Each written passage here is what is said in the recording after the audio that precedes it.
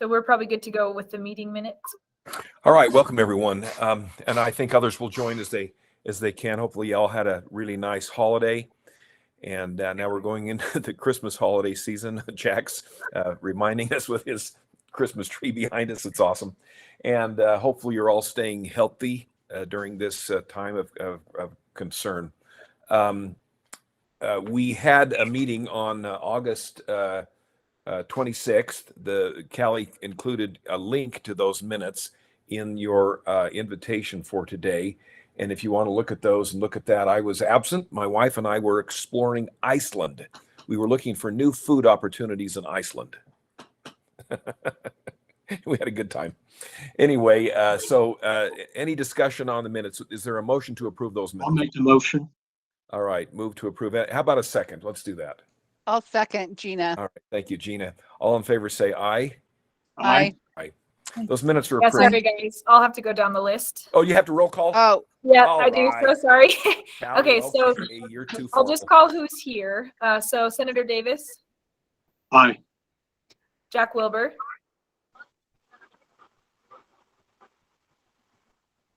Jack, sorry, did you say something?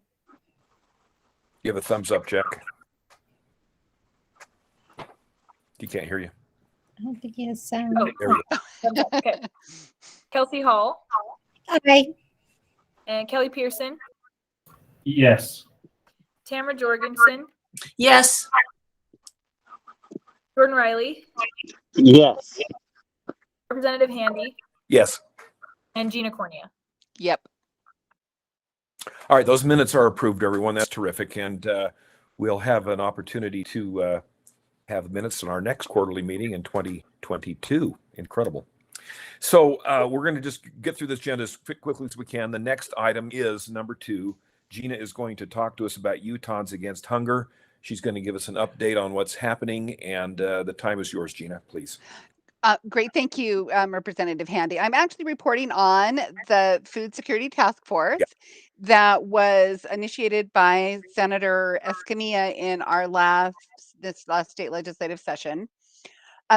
That was formed. We had our first meeting, I believe it was in August. We were authorized just for 3 full meetings, but we formed 3 work groups, and I sent you a copy of the report, so you can refer back to that if for any specifics. But we had 3 work groups. One was outreach and community resources, the other was economic stability, and then the other one was policy and access to healthy food. And we had chairs. They all, coordinated and met on a regular basis with the goal of coming to our final meeting with recommendations. And we had 3 overarching recommendations to get at the underlying issues of food insecurity. I mean, there was really wide agreement amongst the task force members that food insecurity is, just a symptom of poverty. There's plenty of food in our communities, but people can't afford to access it, or there are other barriers. And there were 3 recommendations to address the underlying issues, which was increasing the inventory of affordable housing, address income disparity by increasing wages, and then making higher education more affordable, and not just 4-year degrees, but other ways to increase people's income through more employability and higher wages. And then we came up with 9 state level recommendations. And then we decided to support some of the work happening on the federal level. You can see all of this information in the report that I forwarded to you. We've been working with Senator Escamilla, and she is filing legislation that will codify the State Nutrition Action Coalition. That is an existing coalition that has representation from all the major federal nutrition programs, as well as community food resources. The Utah Food Bank is on that coalition, as is Utah State University Extension and Utahns Against Hunger. And we've had some preliminary conversations in that group to sort of move us to be a more action-oriented coalition so that we can address some of the other issues that were identified in the task force. And Senator Escamilla is also requesting an appropriation for pantries and food banks across the state. This was not part of our report, but there was almost a $600,000 deficit in the amount of money that pantries requested from the state compared to what was available. And then let's see. Oh, and then of course, and then one of the major recommendations was removing the sales tax on food. And Representative Lesser, I don't know that I haven't seen that legislation pop up, nor Senator Escamilla's. I'm meeting with the Legislative Research and General Counsel tomorrow about Senator Escamilla's bill. And then of course, we'll be working with Representative Lesser on removing the sales tax on food. I think there was also just sort of, and I'm happy to entertain any questions or answer any questions that I can, but I think that there was also a general sense that this needs ongoing attention. And certainly Utahns Against Hunger is interested in pushing this up the chain of importance, both for the governor's office, for the state legislature, and for our federal delegation. And I'm like, and if I don't know if that's a pretty brief overview, but I know we've got a lot of business today. So unless there's any other questions, that's all I have. No, that's a terrific report. Thanks, Gina. And you've been in working on inviting me to a meeting to Yes. that we're going to be having here soon. But anyone who wants to ask questions, go ahead and unmute and just go for it. If you have questions for Gina on this item. Yeah. Well, see, that's how good I am. I covered all those bases. You're just efficient. Yes. Yeah, you're just efficient. Okay, let's move to item 3. Thanks, Gina. Well, let's move to item 3. Thank This you. is the appropriations updates. We're going to talk about the Utah produce incentives. This is Double Up Food Bucks. We're going to get an update on that from Hannah. This was one of our very, very first initiatives in our first year that we were able to get to help get authorized. And then we're going to talk about from Linda the Food Hub. So go ahead, Hannah. Is Hannah with us? Callie, is Hannah with us? No, Natalie, you're muted. Are you giving the update? Whoever's going to do it. Yeah, is it Natalie? Couldn't make it today, but she did develop some really great slides that if I could share my screen quickly, I think. Go ahead, Natalie. Yeah. Okay. So I'll be presenting on that. So give me 1 second.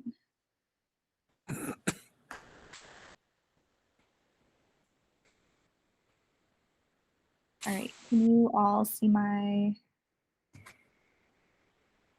slides Yes. here? Yes. Okay.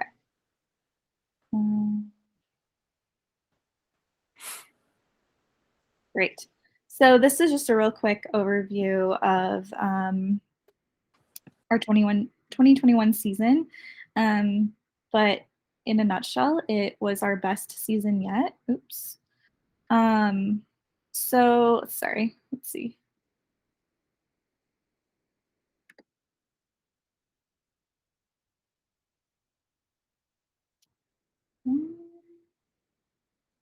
Let's scroll back. Okay, there we go. Clearly I'm not that great at this. Okay, so this is, like I said, Hannah, I cannot take credit for these infographics. This is Hannah, but we can see just the trajectory of, this is just a SNAP that has been distributed and redeemed during the farmers markets since 2016. So we can see that this year we had a significant increase in the amount of SNAP that was redeemed at farmers markets across the state, including farm stands, and we also had some CSAs this year.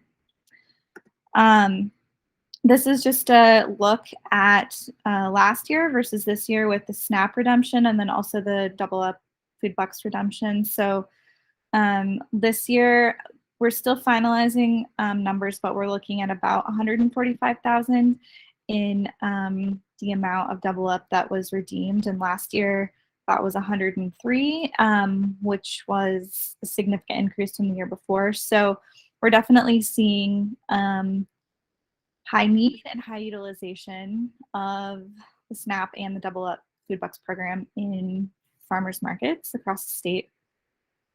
This is just a breakdown of SNAP sales per market. I think this is just, it might be kind of small to see, but I think it's interesting to see just the markets that had a pretty significant increase. 2020 is the orange line, 2021 is the green line, and then we had a lot of new markets this year, which are the blue. So I can call out Sunnyvale Farmers Market, the downtown Salt Lake Farmers Market, Farm Bureau Market, and we can see that they did a lot more SNAP this year than last year. And this is just the same for double up, similar trend here, that we've got a big significant increase in the double up redemption over last year.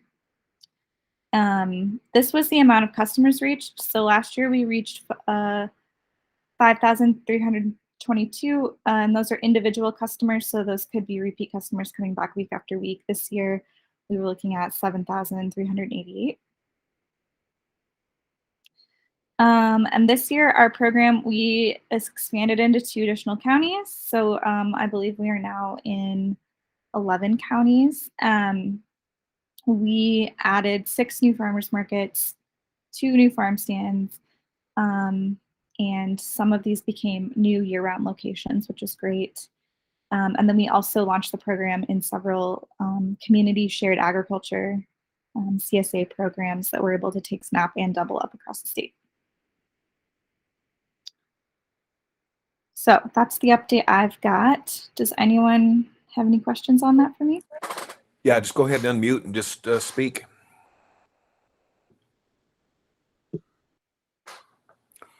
Well, I can tell you it's very impressive to me, and Callie and Natalie, Senator Davis and I are going to need a consolidation. We'll work on that of this data that we can make our case for the reauthorization of the Food Council to, show our accomplishments. Don't you think, Gene? I mean, we're gonna need to prove what we've been doing, justify our existence. Yeah, happy to share any of this. Awesome. Yeah, thanks, Natalie. Great. I think one of the things that comes out highly COVID thing, we're seeing a market increase. Yeah, people participate. We're not getting any of that, Gene. We're not getting anything. Yes, Your audio is bad. I'm sorry. See if you can figure it out. Don't know. Great. I guess I'm surprised too. Yeah, don't know. Anyway, his audio isn't working. Okay, thanks. No other questions from anyone else? All right. Natalie, this is Tamara with the Utah Zone program. I'd be really curious to talk to your CSAs that use those SNAP and double up food bucks, as I network with a lot of CSA farmers to get success, to maybe be able to talk with them more about how they can utilize that resource, especially here on the Wasatch Front.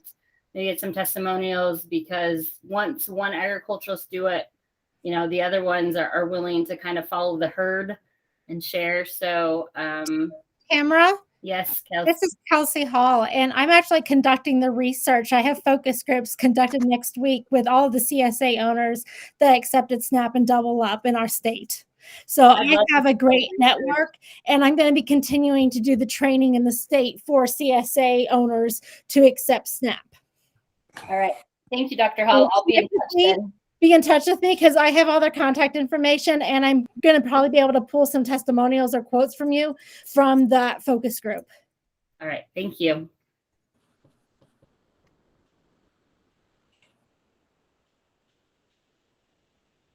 Just writing a note about that. Okay, anyone else? Terrific. All right, let's go to Linda to talk to us about the Food Hub status. All right, let me just upload my PowerPoint.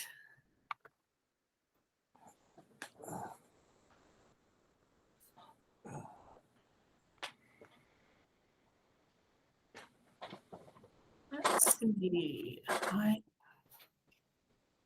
me go back to the beginning here. There we go. Okay, I appreciate the opportunity to present on the Food Hub Startup Grant. And the Food Hub, just as a brief history for people that might be listening in and aren't as familiar with this, Senator Davis was successful in his appropriation request for a Food Hub Startup and Development Grant at a total of $112,500. And so the Department of Agriculture and Food was given authority to develop and administer this grant. And there was not a lot of language, but it did say something about a grant program for 2 or more applicants. And so we did meet with Senator Davis and talk to him about what his hopes were for it. And I'll get into some of that detail in just a minute. But we were surprised. We at one point only had 1 application about a week before the deadline. And then we got a rush of applicants. So we had 6 total applicants with 366,701 in requests with the 112,500. So each of these were reviewed by the committee and based on criteria that was published. And you can still access this website if you choose, just to see what it looked like at the time. So for eligibility, we left it quite open. So it could be a for-profit business, a nonprofit, a group of farmers and ranchers, or even ag and food industry groups or marketing groups. And then this was the ranking that we worked on ahead of time with the senator. And so this is where the points were given: cost of match by the applicant, readiness of the project, understanding the food hub concept, understanding of food production and market demand, ability to demonstration of the ability of their project to increase the profit for ag producers, demonstration of available sales markets, and the ability to meet state law and local regulations. So we did have somebody from regulatory that was on the review committee, which was very helpful and with interviews. And then also innovative methods of gathering, storing, or distribution. So there were 2 awards that were made. And one of them is called, if you were to look it up, it would be Food and Meat Co-op. So this is a co-op group. And these 2 ladies find the local producers. And right now it's mostly meat, but they're bringing in other types of fresh produce. And then they take it to delivery centers across the Wasatch Front. They have 5 existing distribution centers, but their business has been growing so fast. They wanted to get a delivery truck and also do an online system of ordering so that they could not just do deliveries at delivery spots, but do at-home deliveries. So we expect some great things from this project. And then the other one is called, the project name was Oliver's Place, but it's actually Hee Haw Farms in Utah County. It's a 5th generation farming family. And because they are right in the middle of a very populated area, they added agritourism to their business model. But what they found out is they could sell their products directly to people that were coming to visit their farm. And so they're working with other farmers in the Utah County area. They also already have agreements for cream line milk, butter, cheese, and eggs. And they're also working with beef and pork producers. And then it's a rather significant construction investment. And so they're working with the county and UDOT to get that going. So any questions on those projects or our process? And I'm going to maybe get out of here so that I can see your faces if you have questions. Question I have, can you hear me now? Yeah, better. Yes, yes. Okay, great. Question I have is, are we going to monitor what they're doing and make sure that they're growing as food hubs? And they Yes. are actually food hubs and meet every criteria food hub. So they do meet that criteria that was developed for the application, and we've already had one of them submit their end of year report to let us know how they were doing. And we will remind the other one. It's on my calendar to remind them to give us an end of year report. And so we will know by the end of December how each of them are doing, and then we will monitor as they move forward. Okay. Through the next year or two? Well, unless they have sufficient reason to extend, we expect these projects to be done by next summer. So I think we'll have a fairly quick turnaround. And another thing I want to mention too is that we have the Department of Ag has requested approximately $31 million for ARPA funds. And a big portion of that, or a significant portion of that, was specifically for food hubs. And so this is a pilot program I think has served a really good purpose. Not only did we get more applications than we expected, but we also have an opportunity to prove that this is necessary. And we have a program that's developed. So to ask for those funds, I think we have, and again, we can't advocate for things until we see it coming out in the governor's budget. But I know that this group did advocate for that in their annual report to support that request. Thank you. Also, I wanted to take a look at the food islands.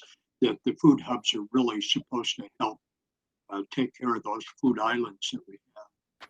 And it looks like the state's largest county is not participating in this.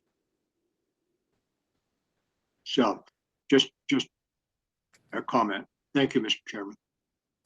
Oh, you bet. Anyone else jump in? Okay, I have a question. Food hubs I think this is a wonderful initiative. My name is Darren Mann. I'm the executive director of the Village Cooperative.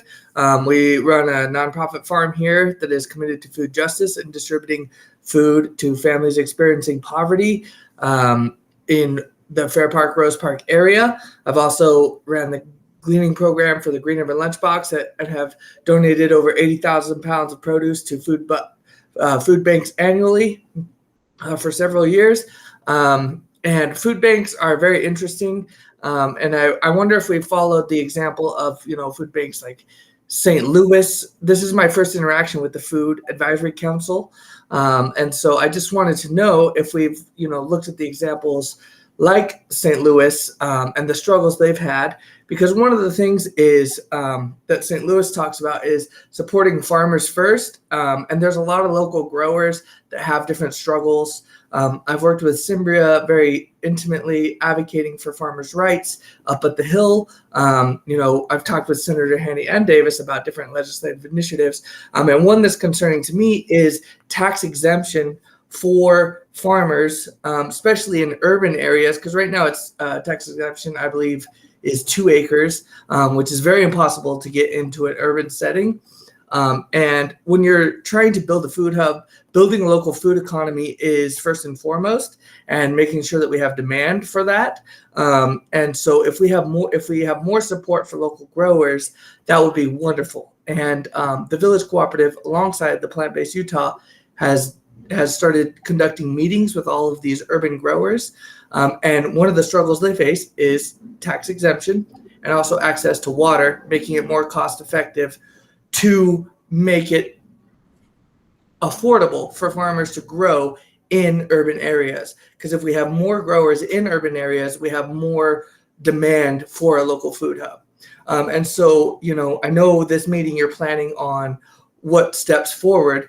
And those would be my recommendations is let's have more farmers coming to the table that represent urban areas. And how are we going to create more demand for a local food hub?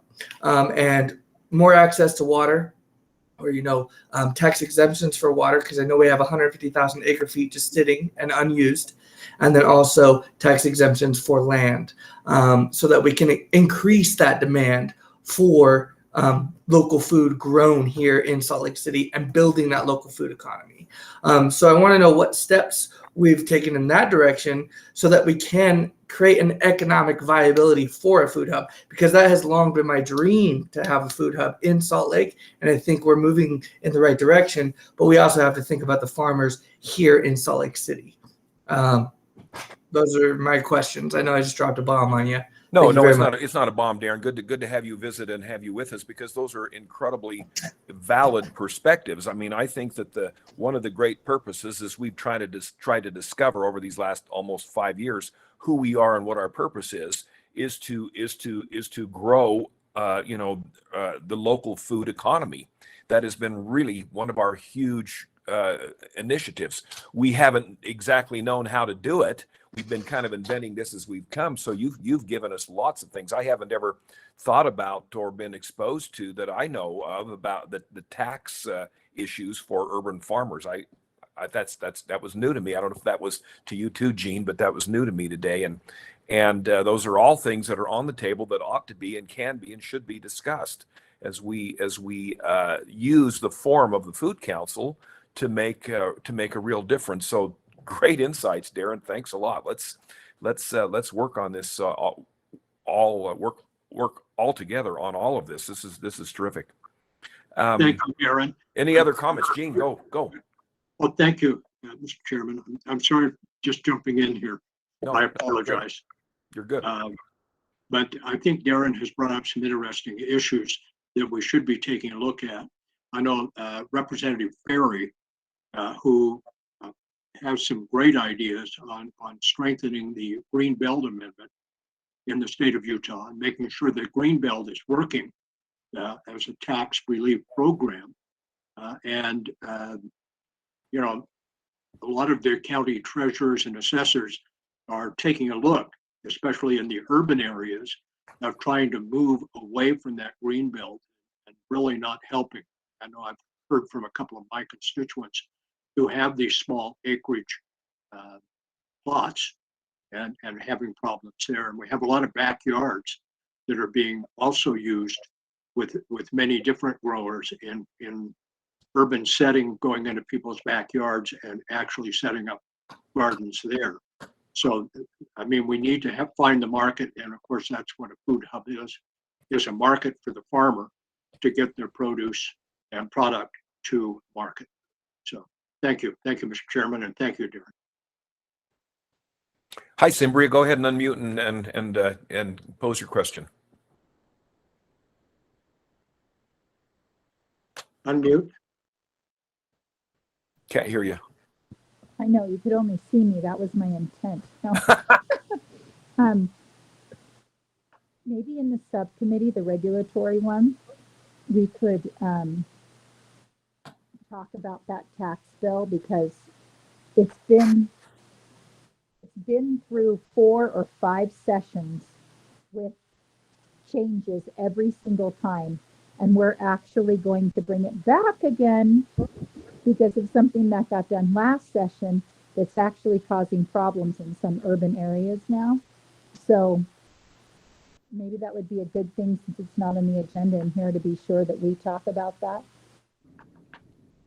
Yeah, let's do it, Cimbria. You guide us and direct us on that, since you're more of a subject expert on this. Like I said, it was a kind of a new exposure to me. I should have understood this, but I confess I don't. So let's have you lead out on it, and anyone else. Great. Any other comments from anyone?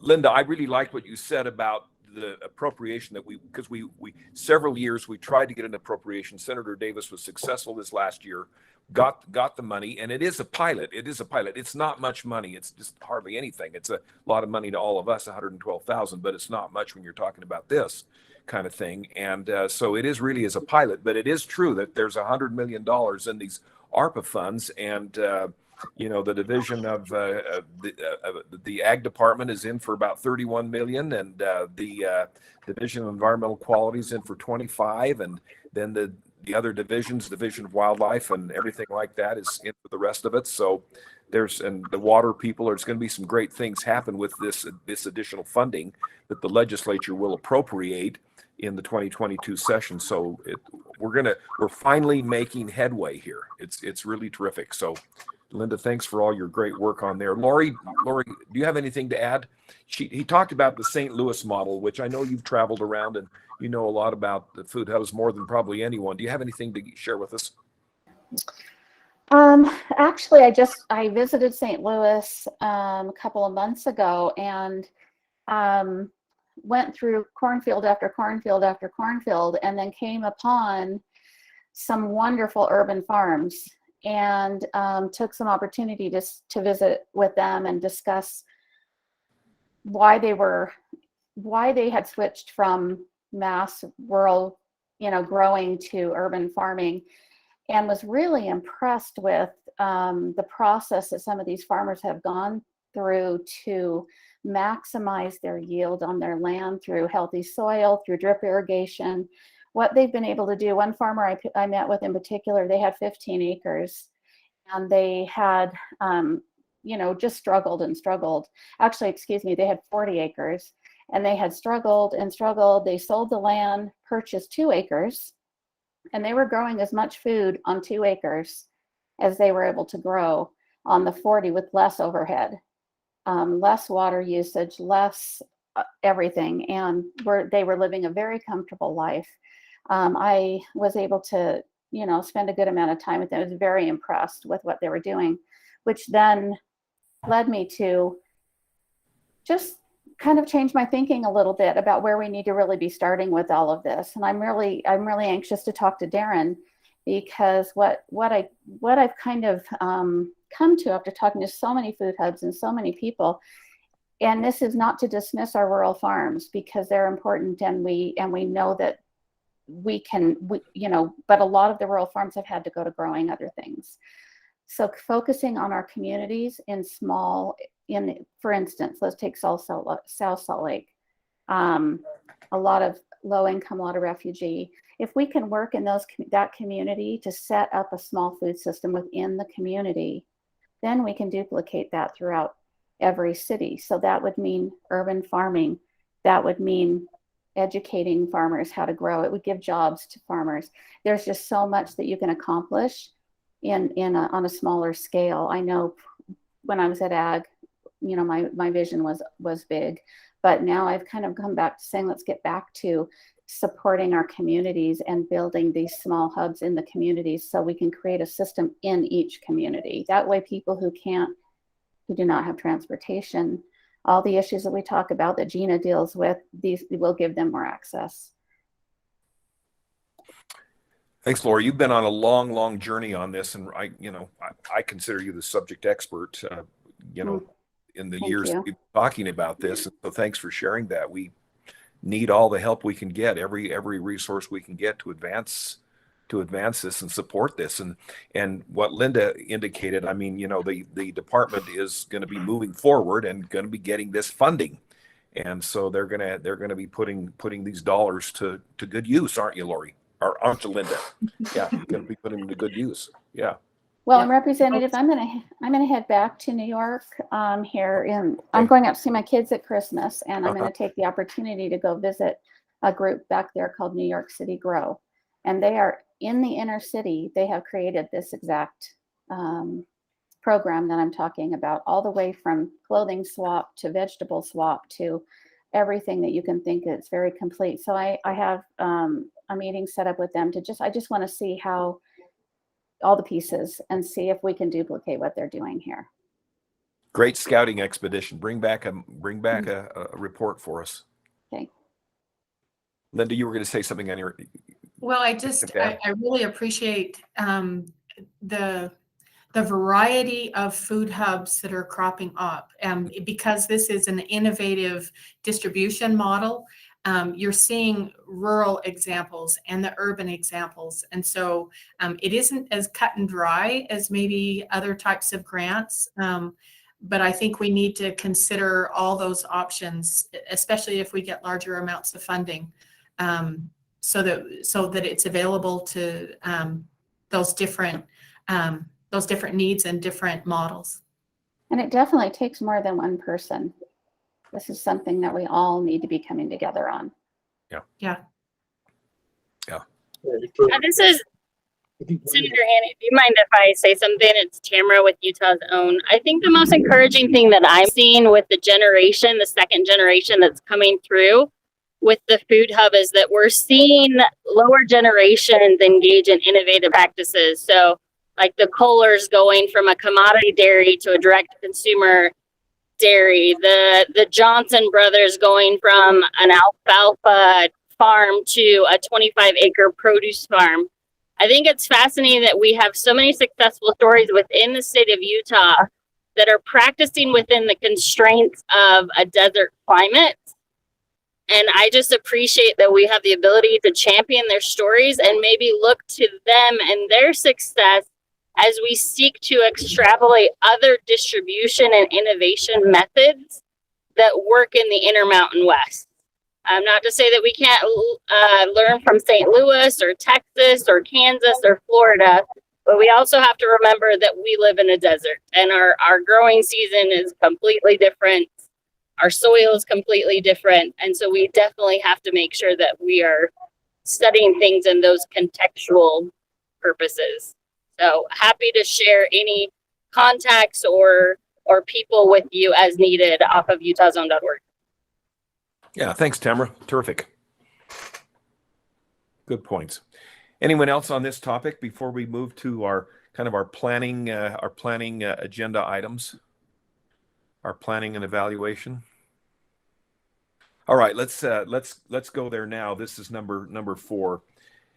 So we wanted to spend this last meeting of the year and before we go into a reauthorization in the session in 2022 to kind of get some feedback and some thinking. And I'll just give a little bit of quick history to some of you know this, some of you don't, but I will. That, I was on a trip with the National Conference of State Legislatures in 2017, I guess it was, in North Carolina, and was exposed to at North Carolina State a couple of professors who had been working on their local food advisory council. And I got a model from them and they helped me with what is this thing? What is this? And so I came back from that trip and I talked to Commissioner Adams at the time and said, is this a good idea? And she said, this is a really good idea.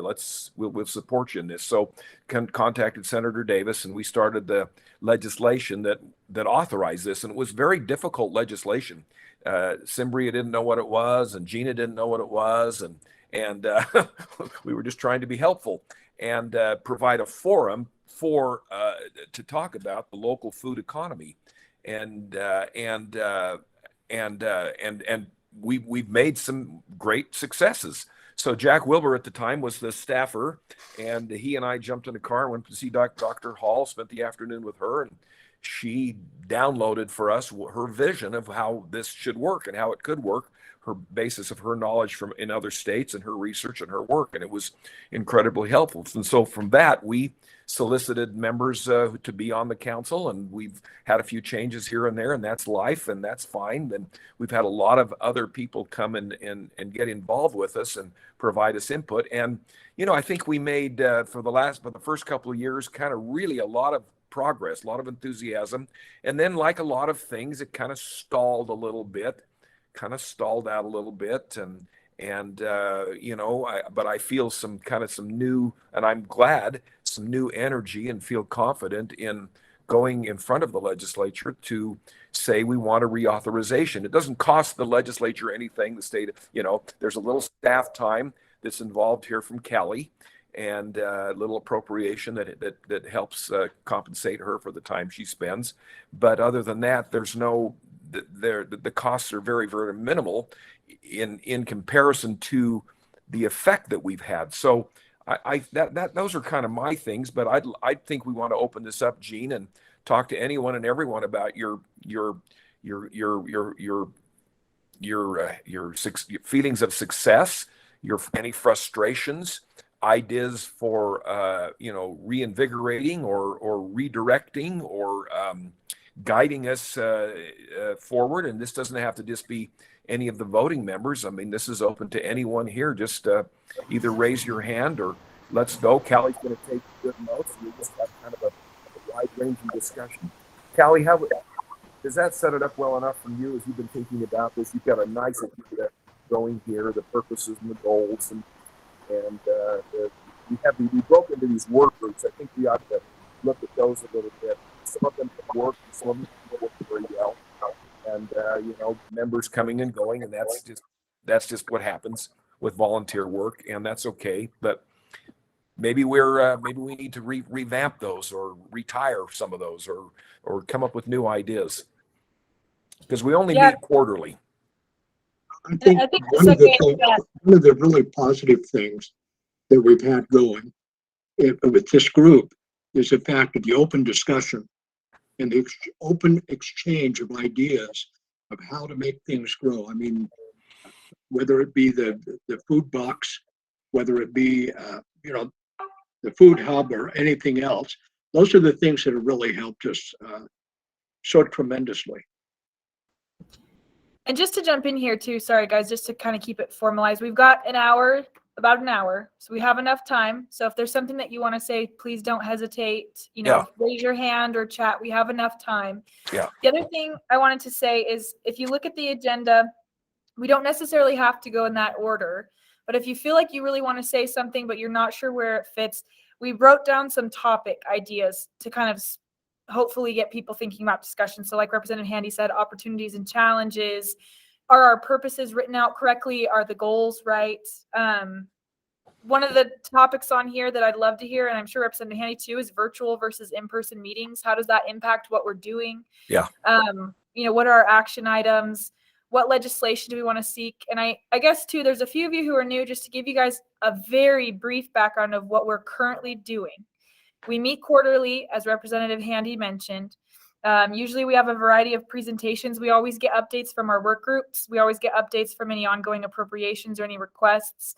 Our social media, we get an update from usually. We get an update from things like the food task force. So part of what we're doing, and I'd say a big part, is hearing what's going on in the community. Another thing that we do is we have 5 work groups that we're still trying to figure out how those fit into the grand scheme of everything.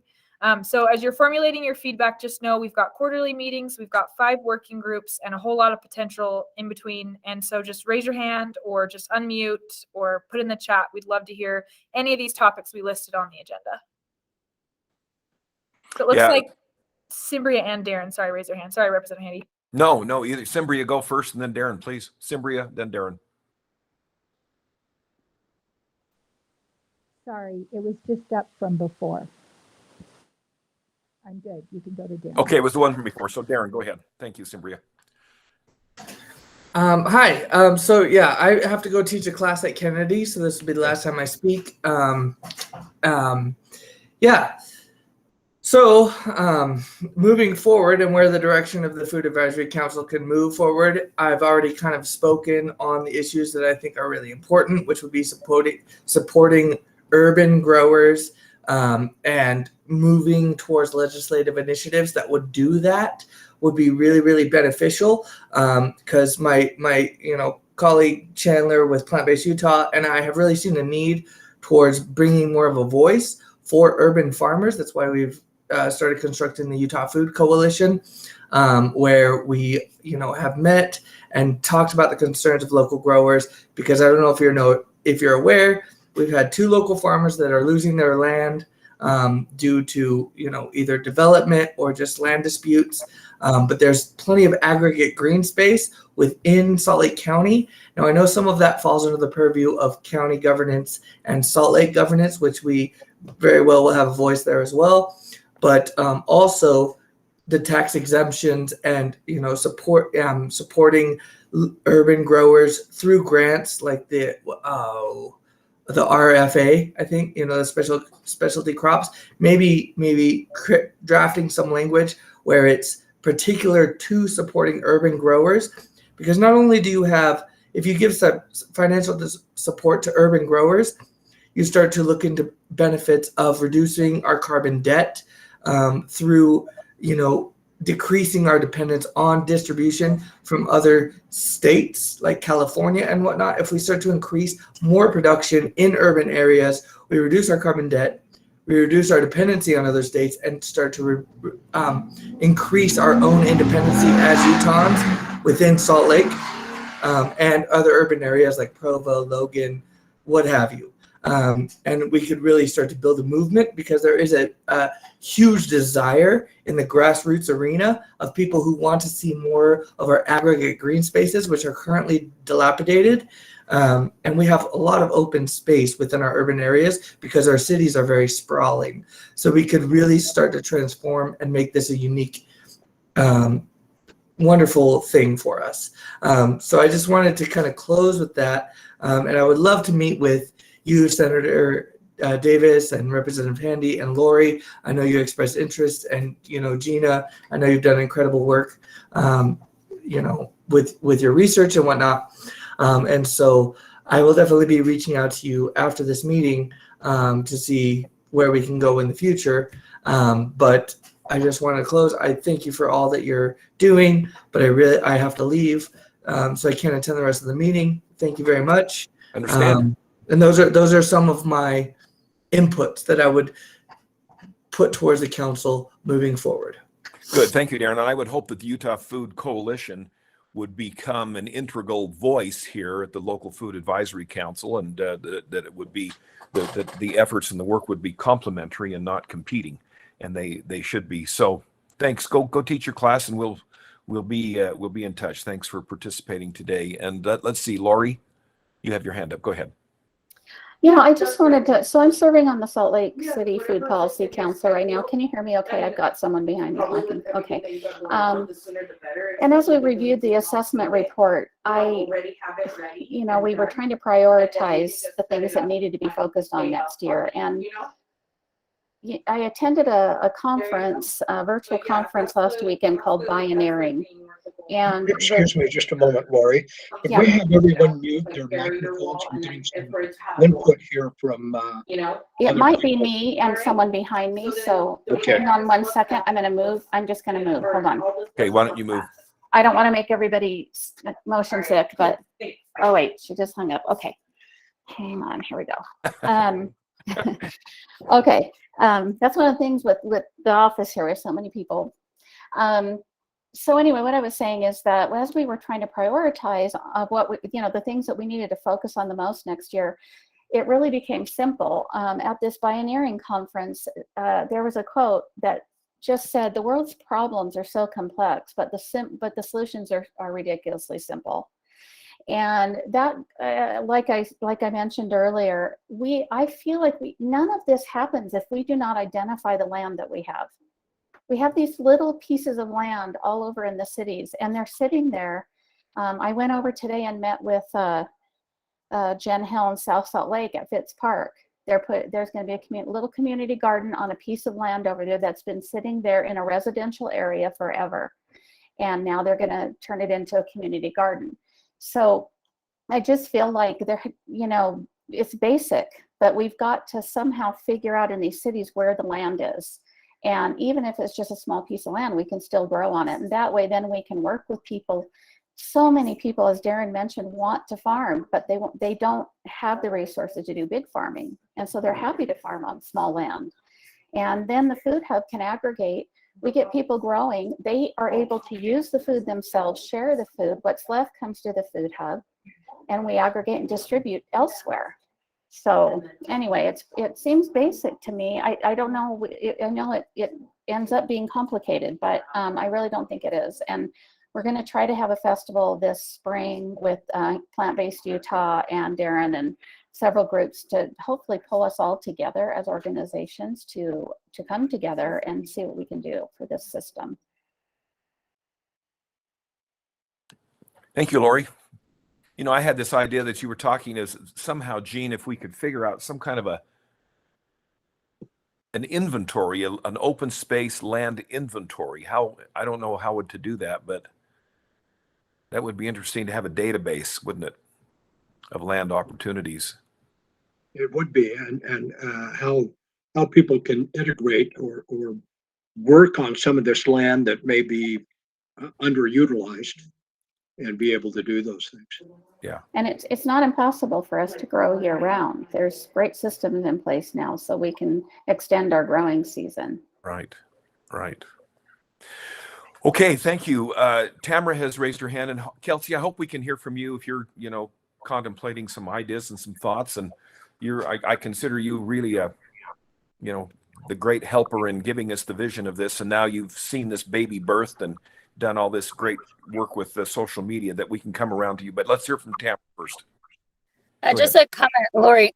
Amazing ideas, and even the inventory. I would encourage you to reach out to Julie Peck Dabbling, who led the force for Salt Lake County on developing spaces into kind of urban green belt that could be used for growing. She'd be a great resource. She used to be just kind of the local food rep, has now moved with Salt Lake Parks and Recs. But I definitely spend some time picking her brain about her experience of contracting that open land with farmers. As far as a comment on what I'd like to see on this local food advisory, first, I enjoy all of the comments and the topics that come across because I feel like issues are being heard. I feel like the one sector that we're missing representation in the sector is retail or distribution. We can grow all we want all day long, but when the frost hits and we need an output to get places, I feel like our retail and our distribution chain people need to be sitting on this meeting to realize that there are things that are happening. So for example, in Colorado, Coloradans refuse to buy any other type of peach in September other than Colorado. And so the consumers have forced retailers to just purchase a Colorado peach in September because that's all a consumer will buy. But I think that if a retail or a distribution person would hear the synergy that's happening out of this context, their cogs might get rolling a little bit more to loosen up on some of the things that they have to follow if it's the right. So the suggestion is, and instead of them being an extra, I would suggest a seat be reserved for either a retail or distribution requirement to ensure that that sector is connected all the way through. Terrific insight, Tamara. Thank you. I've made a note about that. Reagan, you wanted to talk. You had to leave. Do you want to talk to us, Reagan? Did you have to leave? If she's not here, she left a message in the chat, and I can just say that basically she said that as a non-voting member living all the way in Vernal, she's been able to attend the meetings because they have been held virtually. So she just suggested maybe meeting in person once a year, but continuing to meet virtually for the other 3 meetings. If you guys wanted to talk about maybe doing it that way. Yeah, I like that actually. Let's see. Anyone else has their hand up? I can't tell. Do you want to talk to us, Kelsey? Any thoughts, perspectives? I've been having a lot of conversations and contemplating next steps in local food and local food marketing and the business issues I'm hearing from CSA owners. And I'm really curious because I think Hannah, Natalie, Gina, you had conversations with Reagan on issues with equipment accessibility to continue offering SNAP and double up food bucks for our farmers markets, farm stands, and CSAs. And I agreed that in my capacity, I'm going to continue doing that training because it's a passion of mine in my extension work. I'm wondering if there is anything we can be doing other than just connecting our growers to equipment, third-party organizations like MarketLink that could help make that more affordable so that more of our local food businesses would consider accepting SNAP and double up food bucks. I'm going to be very interested in seeing what my conversations with the CSA owners next week will be on their experience, their first year's experience of accepting SNAP and double up. I think that's going to offer us some insight as to what that was like for them, because I mentored all of them to go ahead and apply and find shareholders. But I do know that they struggled through the season. And so I don't know if there's anything there. I know there's been conversations on wanting to encourage the senior farmers market or WIC farmers market opportunities. And I'd be curious to hear what Gina and others have learned about the progress on that or interest in that, for I feel like those are or groups of people that would shop at farmers markets and would maybe benefit from that funding to make fruits and vegetables more accessible to them, as many are on a budget. There's some other things with Kate Wheeler I have conversations about with Farm to School, and I'm sure she has some ideas on what the needs are there. But I've been picking the brains of farmers and our food service directors on the issues that they're having with sourcing locally food to their schools and to early care education centers. And I found some gaps with training that we can do to help overcome some of those things. But it's not all in the urban areas. It's also in some of our rural areas on finding ways to help connect to our growers. So that's some of the things I would love to hear about and see if there's ways that we could help the momentum to go on those projects, for we've discussed them or we've been working on them, and perhaps those have been some of our greatest successes. So to be able to continue with them could add value. That's it. Thank you, Dr. Hall. Thanks, Kelsey. We'd like to welcome Commissioner Butters, and where we're going, Commissioner Butters, is that you know that we are coming to the conclusion of our 5-year authorization, and it is the intent to request a reauthorization, as you know, in the next legislative session. And so we're brainstorming and talking about our successes, our frustrations, where we want to go with the Local Food Advisory Council, its worth and value to everything considered. You know, there's so much interest, of course, in the local food economy, and it's just growing. And this is the form and the format where those voices can be heard and ideas can be fleshed out and determine what's good, what's right. And we've made a lot of progress with Double Up Food Bucks. We've made a lot of progress with the food hubs. And Linda gave us a great report here on where we're going, the seed money that Senator Davis was able to get, and for the pilot program. Then I have some legislation, Senator Davis and I have some legislation. And Kate, why don't you talk to us about, let's just pause here and talk about our farm to school legislation. We're waiting for the language to come out. The drafting attorney Michael has been one of the main attorneys with redistricting. So he's done from that and working on it. And he's promised me that he's about ready to have something for us. But Kate, do you want to give us an overview, the group here, an overview on the Farm to School initiative? She's still with us, Callie? Yeah. Maybe she'll get on here in a second, but anyway. I thought Natalie raised her hand. Natalie. Yeah. Let's hear from Natalie. And is Kate Wheeler still with us, Callie? Not that I see.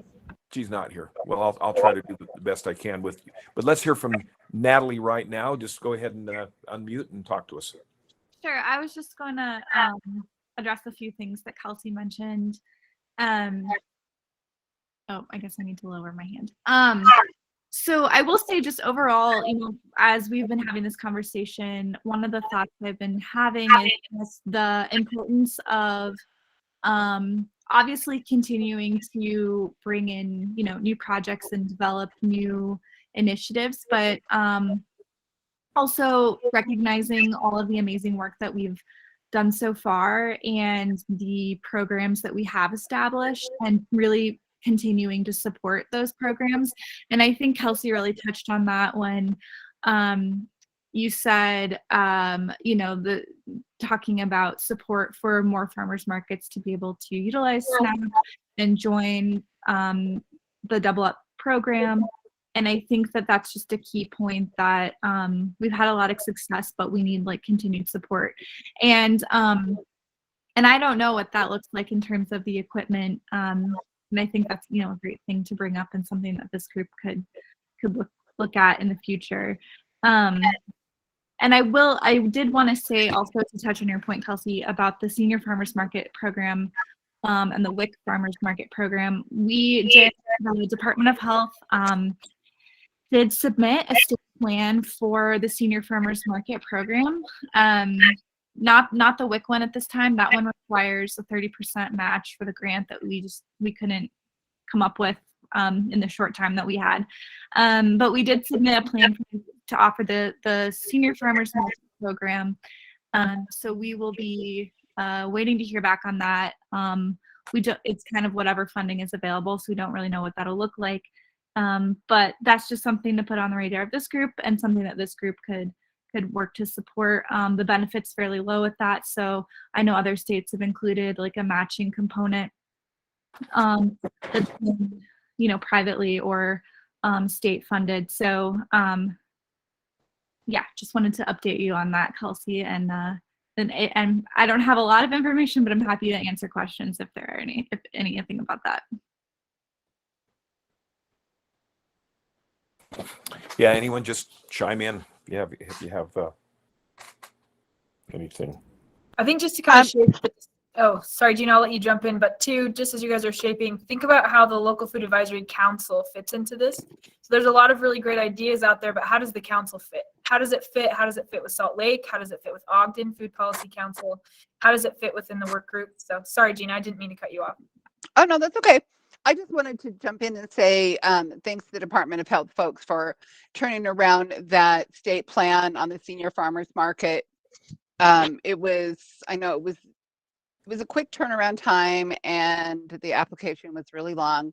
I also wanted to mention that Representative Stewart's office had approached Utahns Against Hunger to talk about the WIC Farmers Market program, and it's my understanding that the Department of Health is just holding off on that because there's a 30% administrative match for the WIC Farmers Market program, unlike the Senior Farmers Market program that does not have an administrative match. So we'll be, not this session, I don't think it is feasible, but working with legislators, doing some education about the importance of that, so that going into the 2023 session, we can get that 30% administrative match so that we can implement the WIC Farmers Market program.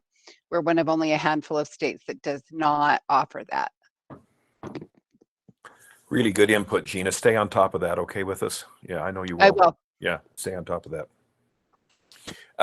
Let me just break in here, and Kate Wheeler has left from the Utah Board of Education, State Board of Education, but we've had a lot of filed this bill early on, and have the basics of the language, just trying to get it. I haven't prioritized it, but I might here to get it moving. But we've had a lot of interest in this. I mean, I'm getting all kinds of emails. People see this and want to know what this is, but this is what Kate has said.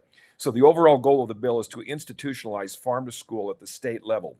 We don't have a strong culture of participating in or supporting farm to school activities in Utah. So many people view it as something that isn't done here. It's more of a California or a Vermont thing. The bill aims to change this culture by providing support for farm to school activities at the state level, specifically by creating farm to school staff positions. And so there's going to be some fiscal impact here to hire some people at USBE, UDOH, and UDAF. So 3 people perhaps. And by formalizing the state farm to school network, the Utah Farm Task Force, and by formalizing state agency staff to run the task force. So she says the research shows a strong correlation between state farm to school positions and school district participation in farm to school activities. Established positions make farm to school initiative more visible, prevalent, and cohesive across the state. And so that's going to be the challenge. Everyone will say, "Oh, that's what a great idea that is." So the challenge is going to be to obtain the necessary appropriations for these staff positions. That's going to be the challenge. So, Representative Handy, this is Please. Linda. please. Is this like a 3-year, 5-year ongoing, the request? Do you know? I don't know, Linda. I think my understanding is when we started this, and Kate got buy-in from her folks, and I know she's been talking to you folks at Ag, that it was a 3-year, but I'm not sure. Okay, thank you. We'll watch for it. Yes. Great. Well, anyone else like to talk? We're running to the end here. Have we exhausted the efforts here? I think we've had good information and a good discussion. We do need to figure out, and probably not at this meeting, these breakout working groups. And I don't know how you do that, how we do that, Callie. Maybe we come up with some kind of a I don't know, survey or something. Yeah, maybe. Kind of a Maybe call you guys trick or have some something. thoughts. Because I feel like, just from my perspective as an administrator for the council, just to kind of throw my 2 cents in, Please. there's a lot that's come up in the last few years, you know, especially with the Salt Lake Food Policy Council and the Ogden Food Policy Council. That's pretty significant. And it puts us as a council in a more similar situation to other councils. So, for example, you know, other states that have these big state level councils, and every city in their state has a food policy council, or every county or region. So we're kind of moving more into that.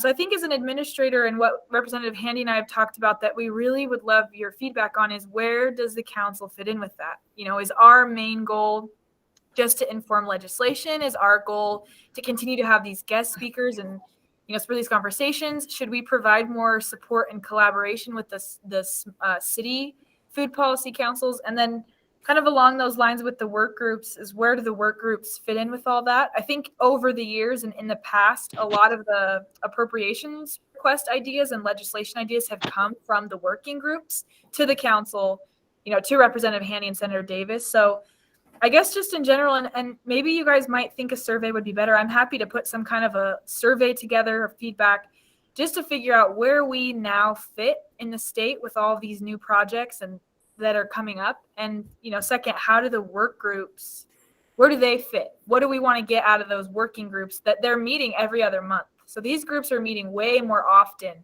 than the council is.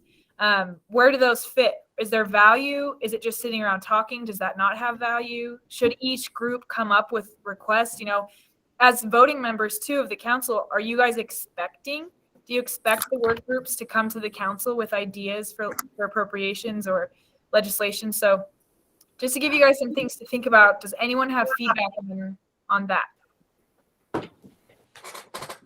Let me just chime in here while people are thinking about it, Gene, excuse me. And that is that I never, when I envisioned this, never saw that this was purely about legislative efforts. It was really an opportunity to provide, you know, a forum for to talk about the local food economy and the interest there, that there was not a forum for these voices. And there are other growing forums, as you have indicated, and we need to consolidate and be sure that we're speaking with one voice, because that's where you have the most input and the most you know, oomph, if you will. But if there's legislation or these appropriations that have come out of it, which they have, all the better. But I always thought of this, and of course this is codified. It's legislatively led. It's led with some state money for some staff support to keep us organized and to keep us focused. And Callie, Jack before, and then Callie has done a terrific job helping us do that. But those are just some of my thoughts. So I never really ever saw this as something that was purely about legislation, but an opportunity to vet, and Cimbria knows this, to vet these legislative things that come in front of natural resources and ag committees that were just not, they haven't been properly talked about or vetted. They come in a time of a lot of pressure when in a session and you don't know, you know, what in the world you're talking about here. But this is an opportunity to kind of soften things up and get some thinking and kind of improve the work product. Those are my thoughts. Gene, I interrupted you, Senator Davis. Go ahead. Thank you, Representative Handy. I think as I take a look at what we've been able to accomplish, and why I think this is so important that we carry on, is we've given a voice of bringing people together that are in local food with ideas, ways to grow it. As we continue to grow as a state, we're realizing, and I think we're all realizing in the state of Utah, that we can't continue to take all of the land in the urban areas and put housing on it, or parking lots, or buildings on it. We've got to be able to sustain a certain amount of land to help food into the community. I think that's part of what this local food advisory group is, and bringing people in from all over the state, large producers with the Farm Bureau and others as members to have this input has also given us the opportunity to go before the standing committees and the appropriation subcommittees to really give a voice to small agriculture in the state of Utah. And I think that's part of what our charge has been. Thank you, Gina's Gene. Go ahead, Jack. Jack, you next, and then Gina. Okay, great. Thank you. You know, as I was listening to, was it Darren, I think, a couple of his comments earlier, I've had some internet connection issues. I apologize. But as I was listening, you know, some of the things kind of stood out to me, and that is that I think the way that people think about agriculture in one part of the state is going to be a little bit different than another. And so one thing I think that this council could do, I remember Cimbria saying to me when this legislation first came up in 2017 that really there should be a food council in every county in the state. And I know Callie just mentioned that in some states they do that. And so I think one thing this council could do is maybe try to help facilitate that idea of regional councils where we can and where appropriate, continue to work with Salt Lake and Ogden and places that do have councils. Then the other thing I think that is important is I do believe the working groups are really helpful. But I also think that maybe we need to examine those just a little bit. And I know that a couple of them are I think, doing pretty well. I think the group that I chair, the production work group, is doing pretty well. We could maybe use a little additional advice and ideas of what you want to see from us. But I think we're doing well. And I think the distribution group is doing well. But I do think that maybe ag land preservation, for example, could probably use a shot in the arm. And maybe the shot in the arm it needs is people like Darren and the Plant-Based Utah people getting involved in that group and talking about it from an urban standpoint, because maybe ag land preservation isn't only about preserving the privately owned family farm that's been in 6 generations. Maybe it's also about preserving leased land at a 1/4 acre at a time or 250 acres at a time or whatever that is. Maybe it's about ensuring that there is water equity and water cost equity between urban and rural farming and those kind of things. So anyway, I guess the point is I think there's some opportunities for us to think about things, invite some additional people to be part of some of these groups. But I do think the working groups really are still working well. And I think they're where a lot of the good information is coming from that helps inform you all at the overall council level. That's my 2 cents worth. Thank you, Jack. I think one of the things that triggers in my mind, at least, Mr. Chairman, is the fact that maybe we need to reach out more to our agricultural extension agents that are in every county, and maybe get them to work with their county commissions and everything in putting together this local food idea and to move that forward. What a great idea that is. Okay, Gina, and then Lori. Yeah, I just want to say that, I'm involved in a lot of meetings talking about food access, like a lot.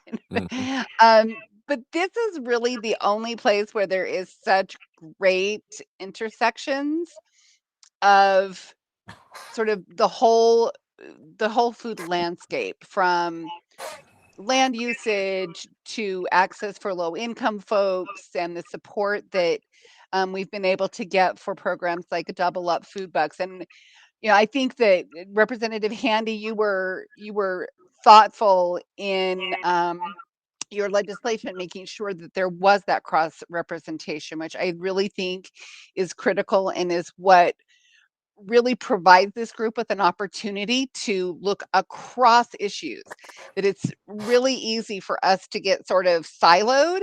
And I think that this helps us unpack that and be more thoughtful in our approach to this work. And then the other thing I would add, Utahns Against Hunger did a statewide series of stakeholder meetings, focus mostly on, federal nutrition programs and community food providers. But we did have farmers markets in attendance, and we went down to San Juan County and had some folks from tribal leadership there. And there's so much interest. And, as other folks have stated, there are these local efforts popping up that are hyper local.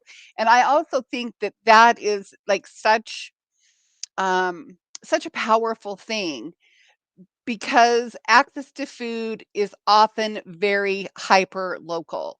One of the things we learned down in San Juan County is there really is a lack of food. It's not just lacking access to food, but there often is not enough food in that county to serve the needs of folks down there, and they're going over to Cortez, Colorado and other places to do their grocery shopping. So there's an enormous amount of interest across the state in food access, and I think that the local food advisory council could really be a great support to those local efforts. And I think that we should support those efforts in any way we can. Anyway, so yeah, thank you. Thank you, Gina. Lori, you're up. I don't want to repeat what everybody has said. It's been so great. And I'm going to show you this really quick. You won't be able to read it, but this is what happens to my brain when I'm hearing everybody talk, because there's so many good ideas going and it just starts needing to come out on paper for me.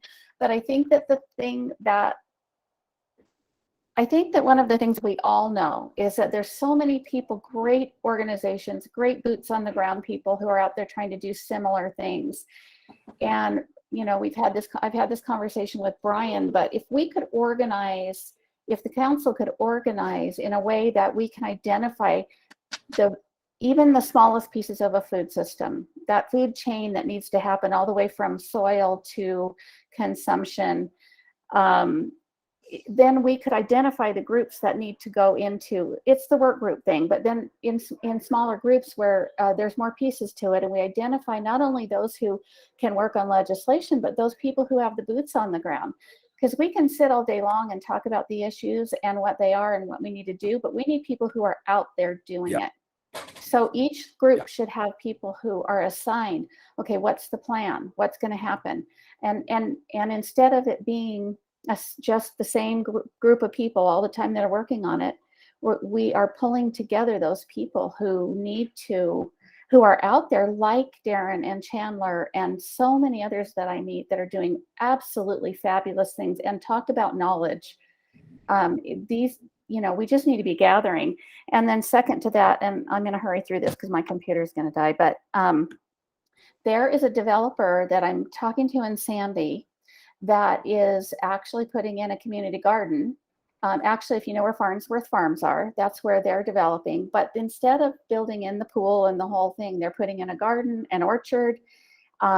It's really thinking out of the box, and they're a little bit nervous about it, but I'm just behind them saying that you can do this, you can do this. It'll be a good example of how to use land. They're going to develop the land, but then they're going to have this whole piece that's going to grow food. So just a thought that it's so important for us to also support those who are thinking out of the box. Sometimes when you have that really different idea, you feel like you're sitting on an island and nobody really, the wave is going like this and you're kind of over on the island. But we need to identify those people that are trying to be innovative and trying to think out of the box and really support what they're trying to do. Because imagine in the city if developers could start having community gardens a part of their land. So anyway, that's my 2 cents. That's a very cool idea, Lori. That's really neat. All right, Ms. Cimbria, you're up. Sorry. So I went back and I had looked at the agenda earlier, but has there been a decision made about virtual versus in-person meetings, or are are we just talking about it? No, we're kind of kicking around, Cimbria, and it is to me once in person and 3 times in virtually. I mean, Kind of what we're kicking around. Kind of, I see some nod of heads, and yeah, well, get this, from a quote outsider's perspective, because when you're with Extension or you're with not SUU, that's our school, USU, or you're with the legislator, or you're with UDAP, you guys are all very connected. But from somebody who, if there hadn't, before COVID, if there hadn't have been in-person meetings, I don't think I would have ever really been able to meet or connect with people. So, we used to let people call in or listen in, or how they did it at the session last year. You could be in person, but then they also made it very accessible for people to be able to watch virtually. So my vote would be to have more in-person meetings, but not to exclude the people who could attend virtually. Not the way we used to do it, because I know they can't hear, and that it was the way that they did it during the legislative session that I thought was. Yeah, thank you. I think that technology is such in the meetings that I attend. I mean, you're going to have to go to figure out a hybrid model. You're going to have to figure that out, Callie. But that's what's happened. That's the reality of our world today. Does anyone else have anything to add? Great. Handy. Oh, Cimbria has something. Cimbria, pardon, I cut you off. Sorry. Watching the time. So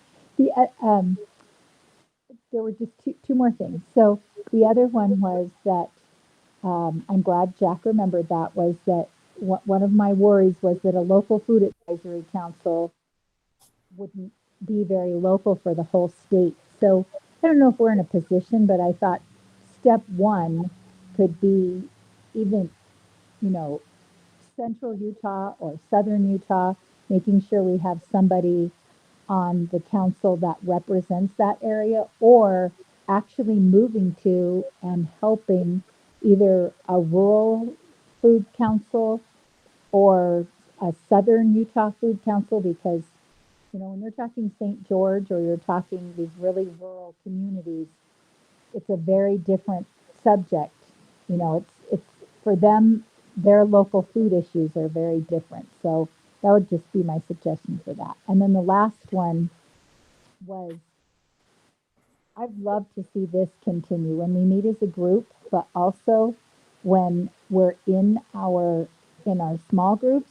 The speakers have been the most informative and enlightening thing for me, because all of us have such different access to things that maybe no one else even knows about, or somebody even knows about. The people that have been brought in that have given reports that maybe are never even have heard of the local food advisory council, but somebody thought of it and brought them in, and they present what they do or tell us about what's going on and what they're doing. That has been the most enlightening and informative thing. And just listening to some of your comments, it seems like it has been for others as well. So I would love to see that continue.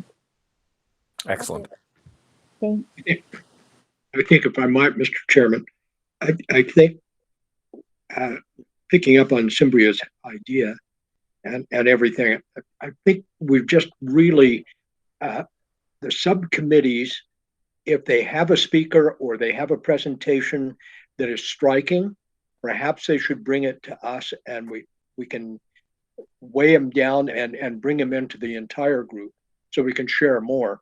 Because the idea of having the breakout groups has been to get these ideas moving and growing, planting ideas in the seed.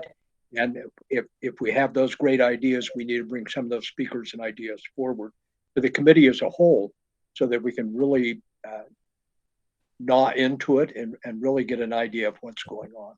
Mm-hmm. Mm-hmm. Excellent. Okay, anyone else? Any other burning thoughts from anyone else? We're at 3:30, just a little past. Looks like we're winding down. Callie, anything? Go ahead. Just Callie. in the chat, I don't know, Allison, if you're still on the call, but Allison Williams said, because the Ogden Food Policy Council hasn't convened quite yet. They just ended their application period.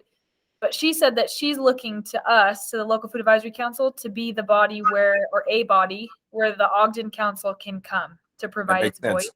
Makes sense. So maybe we have some standing updates. Maybe we need to have a Salt Lake Food Policy Council standing update, an Ogden Food Policy Council. And then two, maybe if we are supporting the creation of more regional groups, have a good chunk of the time with them coming with what's going on in their region or their area. Love it. Let's get them on the agendas. Yeah. Yeah. Great. Okay. Anyone else? Before we wrap up, Yes. I'd like to say one thing. I just want to thank everybody that has participated in this local food advisory group. You've enlightened me and really excited me in so many ways legislatively to move forward and try to make agriculture in the urban areas a very important part of life and a part of our urban core, as well as looking at our rural parts of the state and making sure that they are meeting expectations there. It's really something I remember a number of years ago, comment was made, and I guess it's still true. Only 2% of agriculture in the state of Utah is what there is. And it's how can we stimulate that and become more self-reliant from our own agricultural interests. And I think that's one of the things that this has excited me, and I think also Representative Handy at the same time, and that we've been able to take actually to the ag committees and to our fellow legislators and try to create that synergy and that energy with them to look at these issues. So thank you all for your participation. I think it's been, for me, it's been so highly educational, and I appreciate you all. Yeah, for me as well. You know, when we kind of started out, I mean, and Garrick has just left, so he can't defend himself, but the Utah Farm Bureau, you know, not really sure what is this thing, and is this a threat to, you know, larger agriculture? No, it's nothing to do with a threat. This is all working together and providing this form and format, and that by the enthusiasm and by the efforts and by the input, it's clearly very, very much needed. And you know, I go back to what Gina said to the, you know, there's food available, but it's not always accessible. We should not have people in Utah going without food. It just and anything we can do to support any kind of agriculture with our growing population is critical, of course. And urban farming is going to become more and more and more of an important aspect of what we're doing. So, you know, I'm really enthusiastic to continue and really appreciate, as Senator Davis has said, all of the things that you have taught me in this process, because we have made a difference. We have made a difference. This is a good thing. We have made a difference. So without that, Callie, wishing all of you Merry Christmas and Happy Holidays and good health and happiness. And we'll be into the legislative session on January 18th. We'll need all of your help and input and guidance as we do a few little things there, the farm to school and the reauthorization. And we'll get Dr. Hall to come down and talk again and tell the committees why this is so great and so important and the progress that we've made, Kelsey. And any other final thoughts from anyone? Did Commissioner Butters leave? I saw that Commissioner Pearson left. Thank you for joining us. Looks like he's here. Any thoughts from you, Commissioner Butters, that you'd like to share with us, sir? I come to the meeting late. I figure I better not leave early. So no, hey, good idea, man. Any thoughts for us, Commissioner Butters? Well, no, I'm interested in the legislative efforts that you're making, and I'm happy to help there whatever we can, and getting this reauthorized. I think a 5-year reauthorization is a good thing because it helps the advisory council, realize, kind of take a look at what you've done in the last 5 years and where you want to go. And so I think it's a good thing to reauthorize every 5 years and make sure you're headed the direction that the legislature and that you want to go. So I'm happy to help however I can. Thank you very much, Commissioner, and we really appreciate Callie and her great work and helping us to stay organized. You know, these ad hoc groups and to keep our focus where it's needed to be. So, Thanks. all right, everyone. Thank you for everything. Thank you, Commissioner. Thank you. All right, anyone? Jack, give us a motion to adjourn. I so move that we adjourn. Right. All right. There'll be no discussion about that. Everyone have a great time, and we'll look forward to these minutes, Callie, and kind of getting some direction as we go forward. All right, everyone. Have the rest of a good, nice evening. Okay. Thank you. Yeah. Bye-bye. Happy holidays. Yeah. Happy holidays. Bye-bye.